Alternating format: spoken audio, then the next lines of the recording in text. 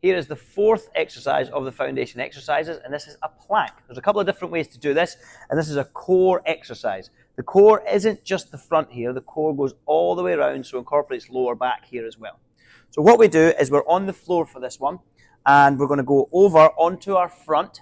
Your feet are going to be about hip width apart, between hip and shoulder width apart, and then your elbows are going to be at almost a right angle right here, okay? Now, if I get Erin to lift our hips up a few inches, this is what most people tend to do when it's tough. You go even higher again. That's what a lot of people tend to do because it's easier. But you're not actually working your core very much here. All the pressure is actually on your shoulders and your feet. So when I get Erin to bring our hips closer to the floor, about there, that is the perfect height. On the flip side of this, if you go lower than this, this puts a lot of pressure on your lower back right here, and we don't want to do that. So I'll let you come back up there. In order to work our core from the front here as well, but not put too much pressure on the back, this is the perfect height. If you're not sure about the perfect height, then you'll be able to lift the hips a wee inch for us. Good, good.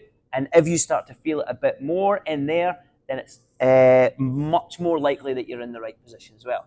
Once again, take a picture of or a video of this and pop it into the chat so that I can have a wee look. Relax there. We're going to do the exact same again. This time it's going to be on our hands, okay? So I'll let you come on over. Good, good. And all we do to start with is knees on the ground, like so. This is also a good regression. If you're really struggling to do this, you can pop your knees down for either of these. And we're just going to lift the knees up and like so. Once again, what I find with this one is most people who struggle with this tend to chuck their hips way high up in the air, like so, which is a bit more like a downward dog for yoga. But what we want to do is we want to bring less on the shoulder from that direction, and we want to work this core right here, okay? Similarly, if the hips are too low, again, with the hips go down a bit, you're going to feel that right on your lower back, so don't do that for too long. Good, up to about there, and hold it there. Remember to breathe. A lot of the time we hold our breath because it's quite tough. Breathe throughout it, okay? That's the key here as well.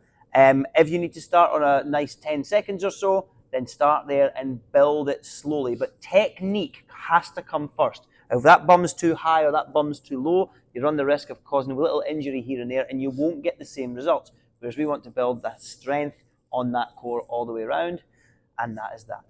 On to the next video.